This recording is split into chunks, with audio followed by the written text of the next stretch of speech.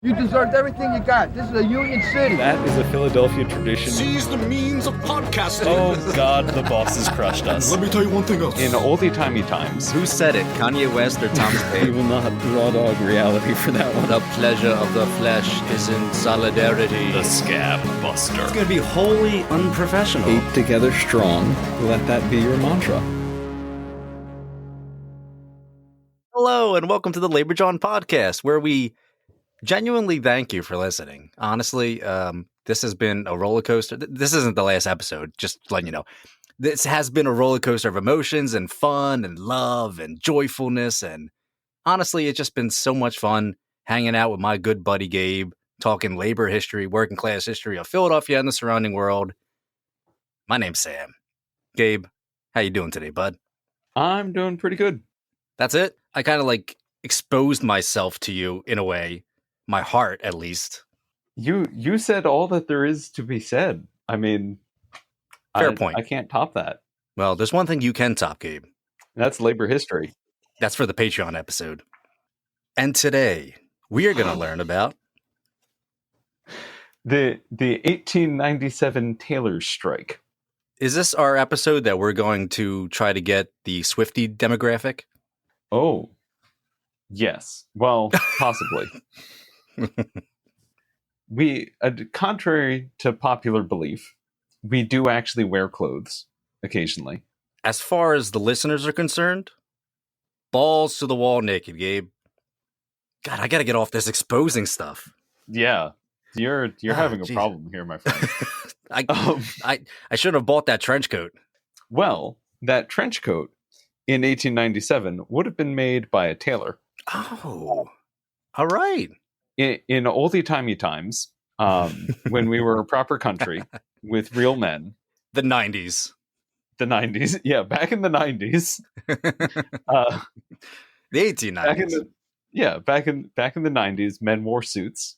And as 90s kids, I feel like we are qualified to talk about this because we lived back then. Yes, we did. Great time. So in Philly specifically, the tailoring trade and like the garment industry as a whole was very robust and made up a fair chunk of the city's economy. So you had both like big garment manufacturing companies and large textile factories.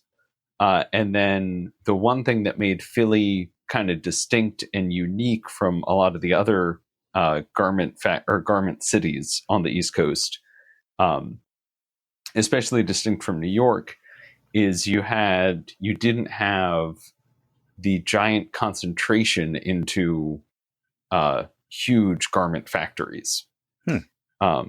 So we had large companies, but they would contract out a lot of their production to smaller firms. Oh, okay. So like the average suit making shop, even if they weren't like a custom tailor shop, like they were making off the rack suits, those were the average size in Philly was only 25 tailors working in that shop. Wow. Okay. And it would range from that all the way up. There was like Wanamakers had over 2,000 employees, most of whom worked in garment production. Mm-hmm. But they were one of the companies. There were hundreds of others. That's great. And then and the way the whole system worked is like when Wanamakers had more demand than they could produce, they would shop it out to all of these smaller firms. But by the 1880s, there were 35,000 Philadelphians working just in the garment industry. Wow. So that's both textile making and clothes making, but that's still like that was 20% of the total working population in the city was just in textiles and garments, which is kind of insane to think about. That's a hell of a percentage just for that. Yeah. And we don't really think about it today, but like or we've just gotten so separated from it. But even today, clothing manufacturing is still a very hands-on process. Yeah. And most of it hasn't been automated. Yeah. You still, Well, most of it's out of sight, out of mind. yeah. You know, this shirt was made in Vietnam. I have no idea Yeah. how it got here, but I'm wearing it. That kind of thing, you know? Or things where it's like cheaper to have cotton like grown in India, shipped to China, Yeah. have the garments shipped, or have like the textile shipped to the United States to be dyed, sent back to China to be cut and sewn into shirts, shipped to the US to be printed, and then like shipped back to Cambodia to be packed into a warehouse and then distributed. And like somehow that's the most profitable way to do it. All I hear is global working class solidarity, Gabe. Yep, that's what that means. All right, but Philly, big textile town at the time. Yes, big textile town. So it also had some of the earliest textile or garment industry organizing. I would hope so. You in the 1820s, you had some journeyman tailors who organized together in, I think, 1827 specifically. And that kind of fizzled out with the rest of the mechanics trade union, or the Muda, the great Muda. Then the Knights of Labor came about in 1869. There we go. And they were founded by tailors initially. That's right. Up in Kensington. And that's the other part, that Kensington and like around South Street were the two major garment hubs in the city at this point. But while the Knights of Labor started in tailoring, they very quickly spread into a lot of other industries, and really their like most prestigious strikes were in the heavier industries. Then by 1891, you had the United Garment Workers of America, or UGWA. UGWA. The UGWA was. UGWAs. Yeah, the UGWAs. So the United Garment Workers of America was really a very traditional craft union. So they were associated with the American Federation of Labor, focused mostly on skilled workers. The garment or the tailoring industry was also broken down into like each individual job. So we today, when we think about a tailor, and even in this time, when you think about a tailor, it's someone who can go from like pulling your measurements all the way to completing a full suit. And they do the entire process themselves. For the off the rack or like the production line process that you would get in the 1890s, you would have one, you weren't taking measurements on every single person because most of these weren't custom made suits. But you would have cutters who cut the fabric. So they would lay out the pattern, trace it, and cut it.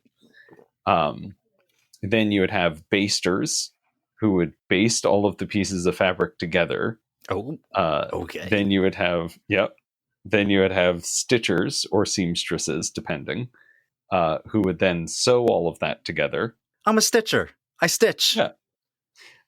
Then you would have pressers. What do they do, Gabe? They press things. And so their job is to both press down all of the seams after they get stitched, and then also like press the lapels down and do all the final shaping at the end.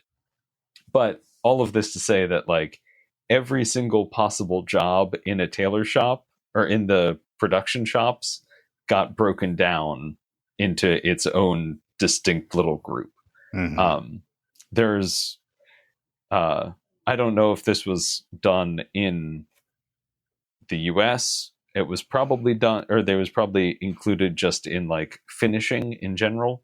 But I know there are, in like Savile Row, in some of the really fine English tailor shops in London, it's not uncommon to have someone whose sole job is sewing buttonholes by hand, and that is all they do. And that probably would have just been done by a finisher who does all like the final top stitching. That also meant that every single one of those jobs had its own union. So you'd be in the United Garment Workers of America, but then you might be in like the Pressers local number 23 or the Basters local number 40. And so it gets all broken down because craft unions. Yeah, because craft unions. Now, 1893. This is one of Gabe's favorite topics. It's I don't want to get ahead of myself, but there's a reason why I am specifically excited about this strike. So, Panic of 1893. Oh, wait, what? There's a panic? Yeah, so basically a financial crisis. Okay. Normal stock market fluctuations, everyone freaks out, run on the banks, the normal things. Mini Great Depression happens every couple decades. Yeah. It's okay. Yep. Moving on. After that panic, there's like minor depression that happens, but it has lasting impacts. Yeah. Panic. Oh, you don't have a job. And so by 1895, in addition to, lots of people getting laid off and all of that fun stuff, the textile boss or the garment industry bosses, which door is the cat behind? Are you doing a magic show, Gabe? Which door is the cat behind? She wanted to come in, and I couldn't figure out which of the two doors in this room she was scratching on. The garment bosses had started lowering the wages they were willing to pay per suit. Because the other part of this is that a lot of the time, depending on where you were working, you were either getting paid on a piece basis or you were getting paid by the hour. And that also depended on what job you had. Yeah. And so like if you were a tailor and expected to make a suit start to finish yourself, you got paid by the piece. If you were working in one of the production shops just doing one job, I think you got paid by the hour. Wow. It wasn't really clear.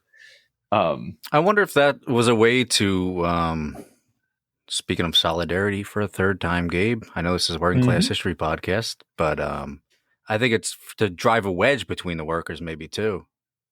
Yeah. And we're kind of at this point where the tailoring industry specifically and like men's suit production is starting to become industrialized. Yeah. But you still have a lot of the old guild school style. Yeah.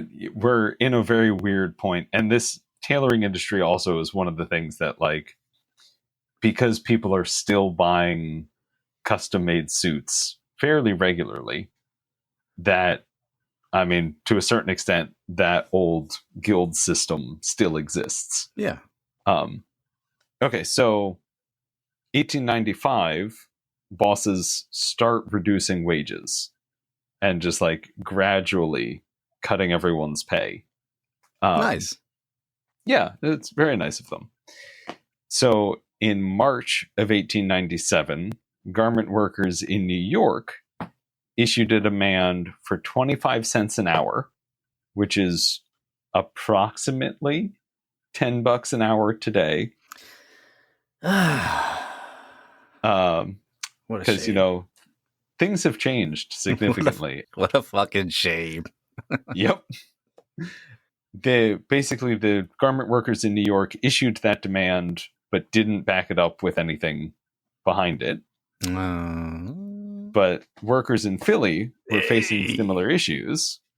So on Friday, May 14th, approximately 2,000 garment workers responded to a call made by United Garment Workers Local number 130 and went out on strike. Okay. So the decision to strike had been made on Wednesday the 12th, when they had a mass meeting. Workers came to state their complaints, especially complaining about the gradual reduction in wages. So they were saying that their wages were already like barely enough to live on, and they figured that they needed to strike, otherwise there was going to be another reduction, and then no one was going to be able to survive at all.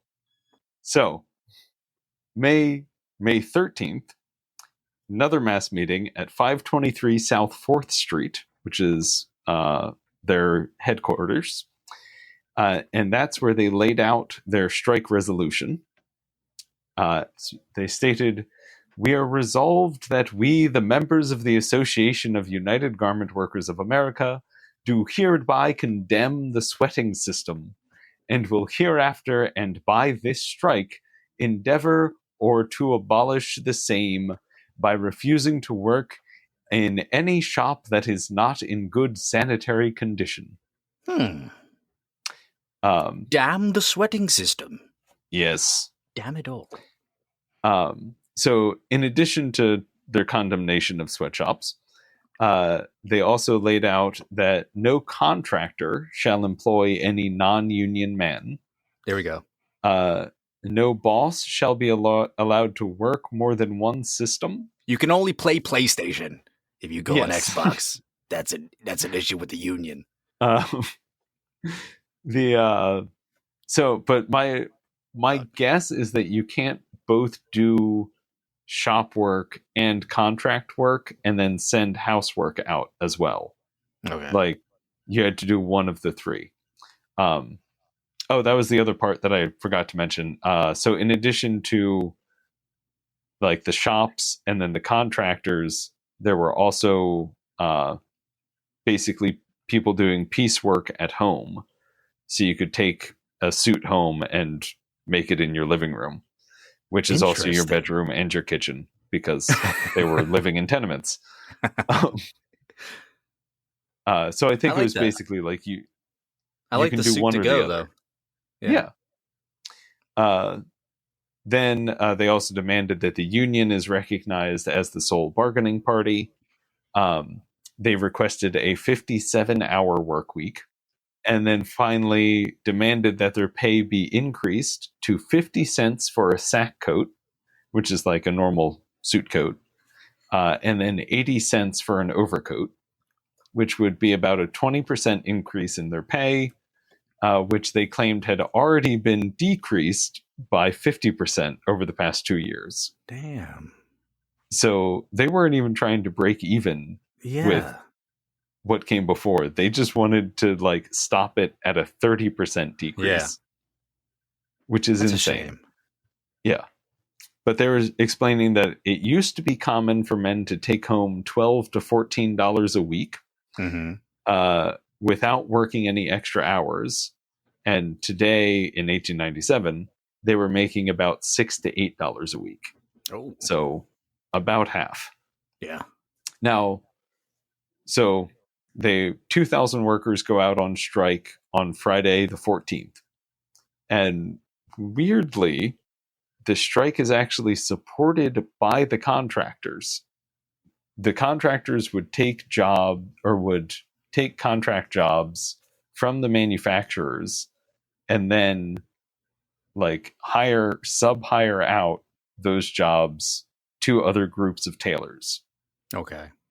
But they actually recognized that they were getting squeezed along with the tailors, because that S word's coming back, Gabe. Yeah. The companies were paying them just as poorly. So the contractors laid out their own demands that they wanted a 25% increase in payment, and because that would allow them to cover the 20% increase in wages for the tailors, and then a 5% increase so they could still make a profit. Okay. So like that was fair. And then they agreed to all of the other demands about not using non-union workers, not having sweatshops, and all of that. Good. So the contractors fit a very strange role in this strike, but it's weird craft unions in the 1890s anyway. Now one of the prominent and leading members of the United Garment Workers said that the union had actually not wanted to strike, but conditions were so bad that they knew it was coming one way or another. And they're like, we have to go out and do this. Well, I don't think anybody wants to fucking strike. I mean, they would prefer just being paid better so they can feed their families. I mean, come on. Yeah. And so he came out and said, we are confident of winning, but we do not expect to do it all at once. And we have thus prepared for a long siege, thus giving ourselves plenty of time to accomplish our goals. And this was the 1890s. That was a literal siege. They're going to be using trebuchets. Yes. Surprisingly. Oh, no. Gabe. The first day of the strike went very smoothly.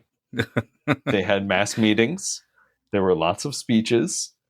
The strike's executive committee was in a meeting late into the night discussing the strike with the contractors and determining whether or not contractors would support the garment workers. Because contractors had initially come out and been like, yes, we support this. And then they had a very long meeting to determine what that actually would mean. And we made an Instagram post about it. Yeah. Are you not entertained? We posted a suit square. That's what else do you want? So it was also announced that there would be a mass meeting on Sunday, May 16th, attended by the president of the union, one Joseph Barondess. Okay. Who was as you would expect in a late 19th century textile or garment worker strike, he was a socialist Jew from New York. There we go. Love it. So I kind of fell down a rabbit hole with him. I won't go into his background that much, but he was a member of the Socialist Labor Party of America, which broke off from the Socialist Party of America because they complained that the Socialist Party was not radical enough.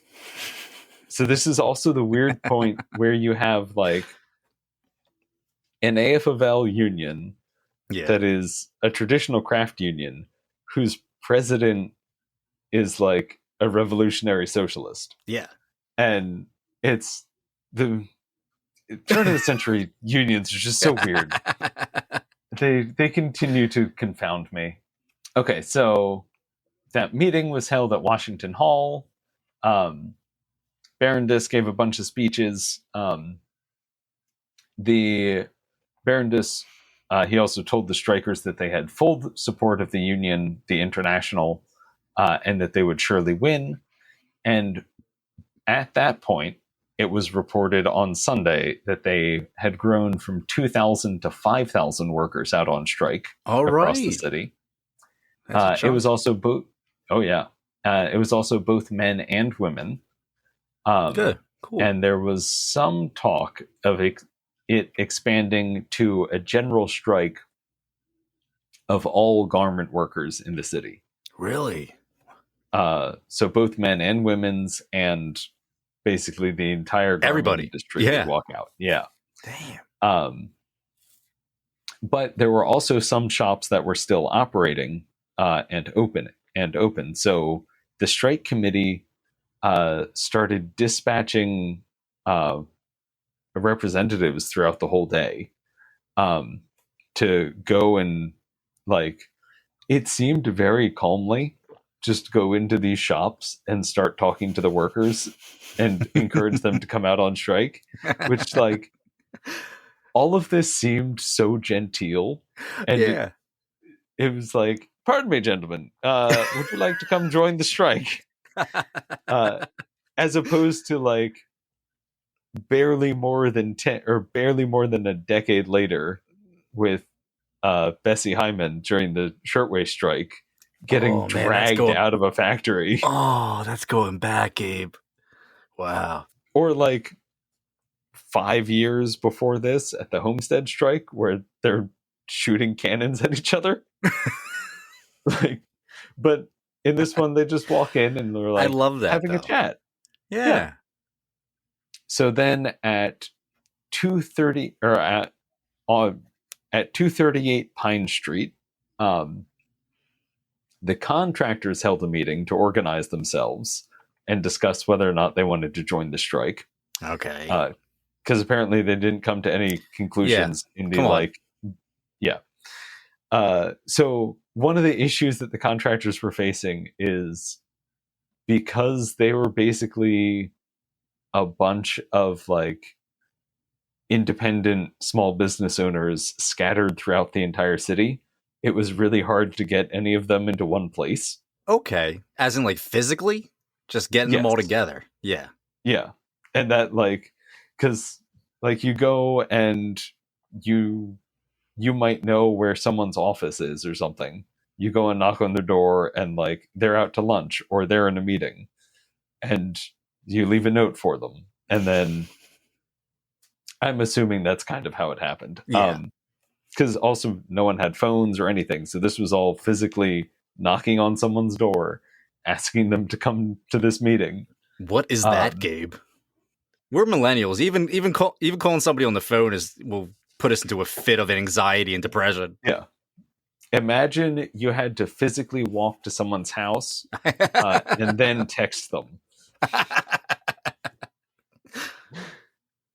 But so the contractor said that as soon as we can unite, we will make demands on the manufacturers along the same lines as those laid out in the strikers' platform. Okay. If we are successful, we will gladly make the concessions. If we do not succeed, they will have to fight it out among themselves. Oh, okay. So, yeah. All right. It's very kind of wishy-washy. Yeah, that was about to say, yeah. Are you in or you're out? Come on. Yeah. Time is now. So then meetings and speeches continued basically throughout this entire strike. That there weren't really any pickets.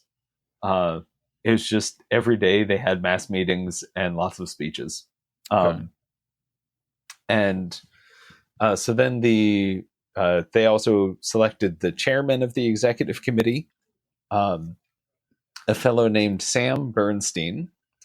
And then the other guy was named Abe Botwurtlski. Oh. His last name, I think I've seen it spelled 11 different times or 11 different ways. Literally every single mention in the Inquirer, it is spelled differently. So I just love that name of Botwurtlski. They also couldn't decide on whether or not to abbreviate his first name as AB period, short for Abraham, or to just say Abe, ABE. So it was also reported that all of the city's coat makers had joined the strike by that Monday, which basically shut down the coat industry in Philly. What month is this again? May. Okay.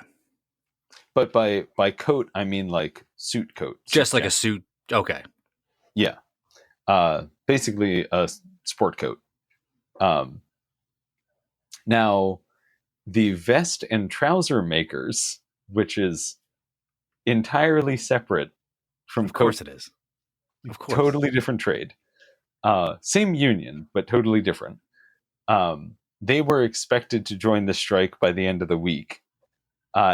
If they joined in the same numbers as the coat makers, it would mean the strike was around 10,000 strong. Damn, okay. At this point, the strike that had started in Philly had also now caused subsequent strikes in Newark, New Jersey, and New York City. So it's starting to spread. And Sam Bernstein told the Inquirer, if the big clothes people in this city send work to be done in the next available city, Baltimore, a strike would be ordered there, and it looks as if the whole country would become involved. So Gabe, I'm getting goosebumps, buddy. Yeah. This started to turn into a general strike in the tailor industry. The next day, on the 18th, the jacket makers joined, Oh no, not the jackets. which are, from my understanding, you have hard tailoring and soft tailoring. Hard tailoring is like there's a stiff canvas in the suit, and it's very shaped and that's like what we would think of as a tailored suit today. A jacket would be more like something that you take off the rack at Target. So much softer, can be laundered. Okay. That was more daily wear, from my understanding of it. But the people who made those jackets had now joined the strike on Tuesday. God, this is Gabe. the one problem with I know. craft unions. Everyone has their own goddamn union. This is why I like wobbly stories. I was about to say, you could just join the one big union. Everybody's a wobbly. That's right. Everyone's a wobbly. Everyone's a worker. That's it. We're all in this together. So Sam Bernstein also stated that if the vest and pants maker or vest and trouser makers, he actually says vest and pantaloons makers. There we okay. All right. All right, buddy. Joined in, it would be the largest garment industry strike in the city's history. But it was still unresolved as to whether or not the contractors would join in. Because Jesus, these fucking contractors. Yeah. Then he also said that, or Bernstein was also explicit that he didn't want the other trades to join in out of sympathy. Then the coat makers would have to would have to include their demands in the negotiations. So okay, he was okay with other people striking, but that had to be a completely separate strike that is resolved on its own. He was basically. This is also the weird thing with craft unionism, where everyone is like, "This is my strike. These are only my issues," and everything has to be very separate. Damn. So yeah, wobblies make it a lot simpler. Solidarity.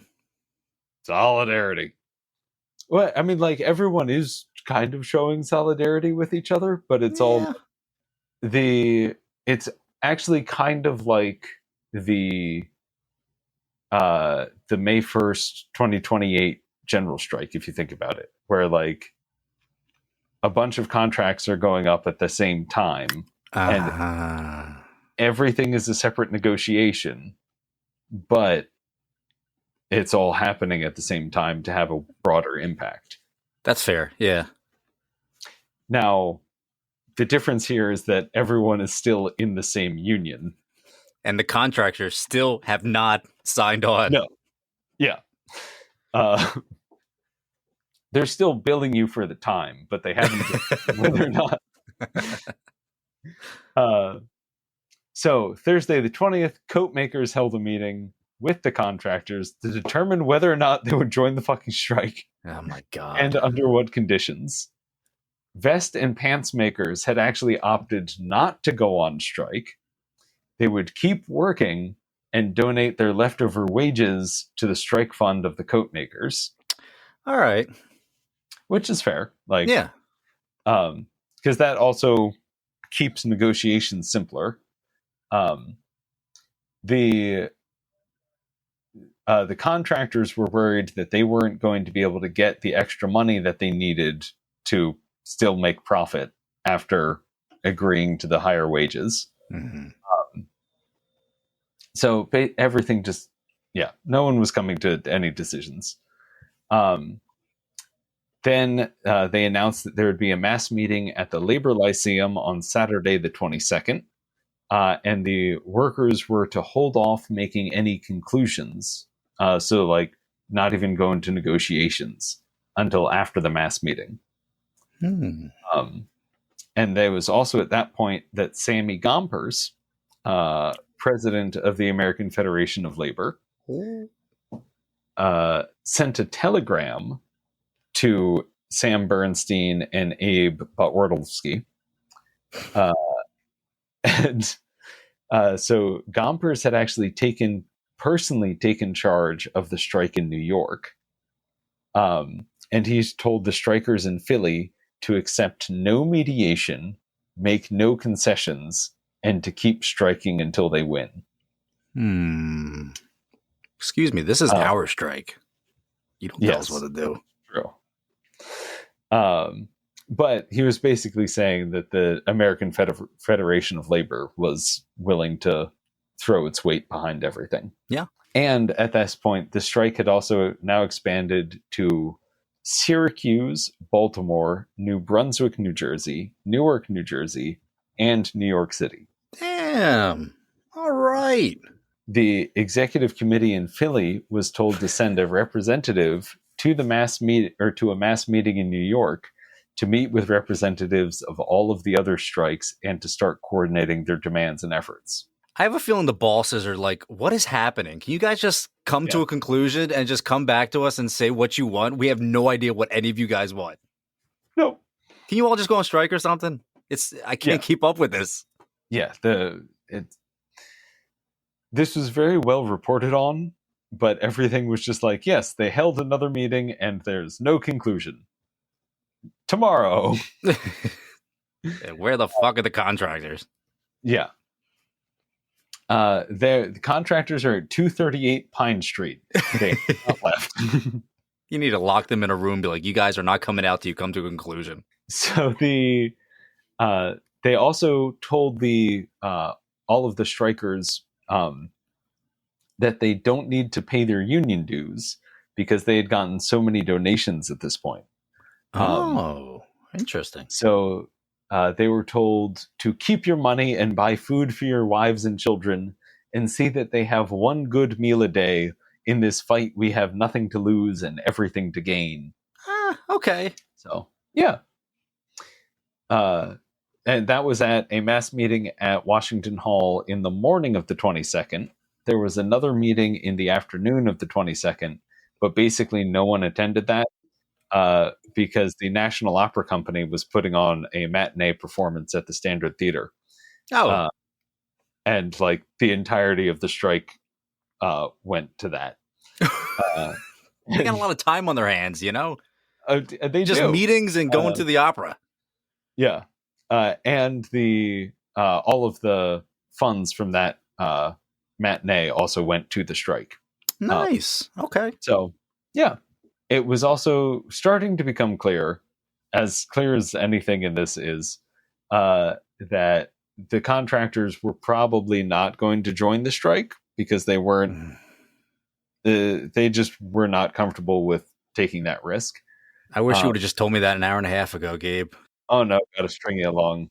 I got strung along reading like days worth of newspaper accounts of this. Coat makers negotiations started.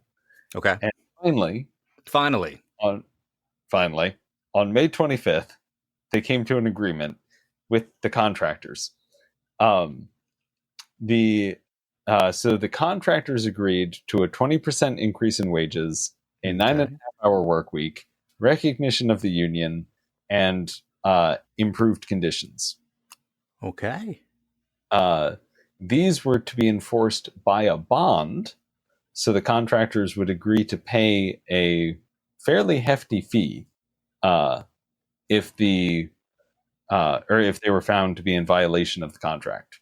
Okay.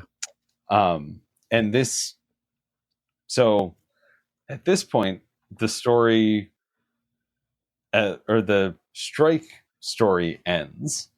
Because I couldn't find anything about like the larger manufacturers agreeing to these, but it seems that they did. However, later in the summer, throughout the rest of the summer, the union would dispatch what they called walking delegates, who were basically inspectors who would go into each of these various shops to enforce the contract. So they'd go in, make sure that conditions were good, talk to the workers, make sure they were getting proper pay. And then if they found that anything was being violated, like they did in August, when they brought a suit against H. Finkelstein. They brought a suit. Yep. Of 619 South 2nd Street. So they they brought a suit against him for a $50 bond and a warrant. Finkelstein was charged with improperly terminating an employee and not paying his employees every Saturday, which were parts of the agreement that he had signed. Okay. So that was the theory of how this was supposed to go.